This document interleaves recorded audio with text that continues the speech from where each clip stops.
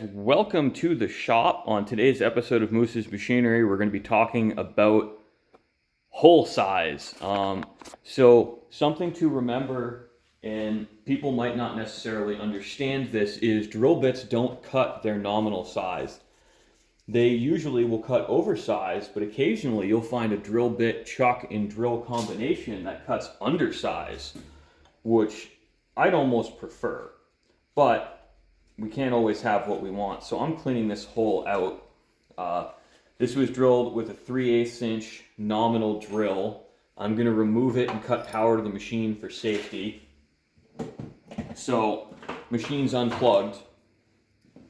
And we're going to grab a set of gauge pins and see what size it actually is. But for those of you who don't believe me, there is HSS 3/8 nominal.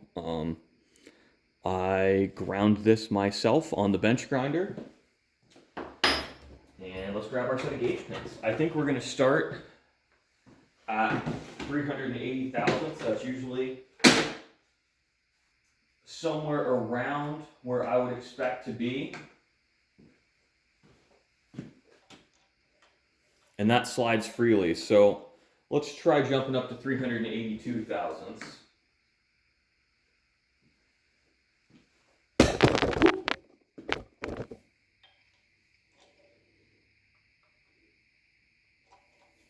So I think we're going to wind up around 385.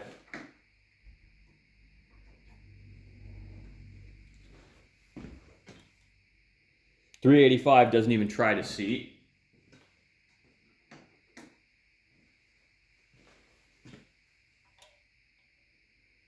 .384 starts, but it doesn't go all the way in. Let's try 383. Same thing, 383 doesn't go all the way in. So we're somewhere between 383 and 382 thousandths, but what we're also seeing is a little bit of taper. So I'm actually really pleasantly surprised at how close to size this hole is.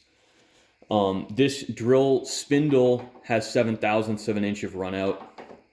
So anything I put in the chuck has at least 7 thousandths of an inch of run out.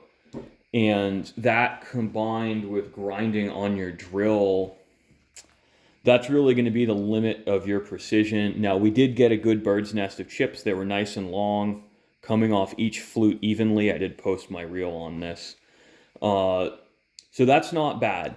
But something to understand is if you need really a straighter hole than that, you should be boring on a milling machine, or if you can't have taper, you should be boring or reaming if you have the reamer. But I think most of my viewers are hobbyists, so for them, boring is more cost effective because a $30 or $40 set of boring bars will do an infinite number of holes where, let me grab what's called a chucking reamer that's meant to be used in a drill bit, or a drill chuck, I should say.